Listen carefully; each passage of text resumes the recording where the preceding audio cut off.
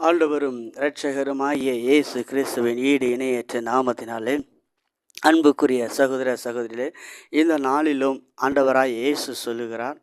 சத்தியத்தை யோவான் புஸ்தகம் 8வது அதிகாரம் 32வது வசனத்தில் ஆண்டவராய் இயேசு சொல்லுகிறார், சத்தியத்தையும் அறிவீர்கள், சத்தியம் உங்களை விடுதலையாக்கும் என்று சொல்லுகிறார். ஆம், அன்புக்குரிய சகோதரனே சகோதரி, இதை கேட்டுக்கொண்டிருக்கிற அருமையான சகோதரனே சகோதரியே, ஆண்டவர் சொல்கிறார், சத்தியத்தையும் அறியுங்கள், சத்தியம் உங்களை விடுதலையாக்கும். ஏன் சத்தியத்தை அறிய சொன்னார்? எதற்காக அறிய சொன்னார்? சத்தியத்தில் என்ன இருக்கிறது என்றால், சத்தியம் என்றால் வேத வசனம். யோவான் புஸ்தகத்தில் 1வது அதிகாரம் 14வது வசனத்தில் இயேசு அவர் சத்தியத்தினால் நிறைந்தவராய் நமக்குள் வாசம் பண்ணினார் என்று 1வது அதிகாரம் 14வது வசனத்தில் சொல்லப்பட்டிருக்கிறது. அதே யோவான் புஸ்தகம் 14:6 சொல்லப்பட்டிருக்கிறது, நானே வழியும் சத்தியமாய் இருக்கிறேன் என்று சொல்லுகிறான். ஆம், அப்போ சத்தியத்தை அறிய வேண்டுமென்றால் இயேசு கிறிஸ்துவை குறித்து அறிகிற அறிவினாலே நிறைய வேண்டும். இவரை குறித்து அறிய அறிய அறிய இந்த மனிதனுக்குள் விடுதலை உண்டாகிறது.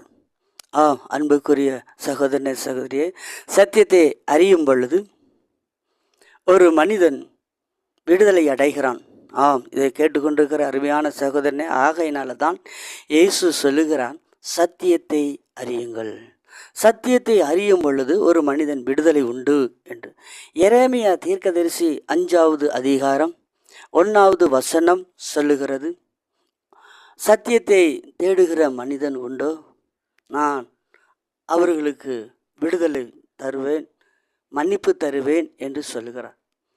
சத்தியத்தை தேடும் பொழுது மன்னிப்பு தருவேன் என்று சொல்லுகிறார். ஆம், அன்புக்குரிய சகோதரனை சகோதரியே, அதே மத்தேயு புத்தகம் 9வது அதிகாரம் 2வது அதிகாரத்தில் ஒரு வியாதி உள்ள ஒரு மனிதனை அவர் அண்டையில் கொண்டு வரும் பொழுது இயேசு சொல்லுகிறார், மகனே, உன் பாவங்கள் உனக்கு மன்னிக்கப்பட்டது.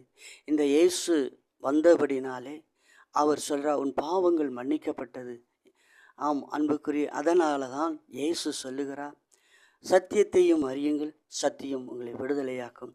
இந்த சத்தியம் யார்? இவர்தான் இயேசு. இவர்தான் சொல்லுகிறார், நானே வழியும் சத்தியமும் ஜீவனுமாய் இருக்கிறேன் என்று சொல்லுகிறார்.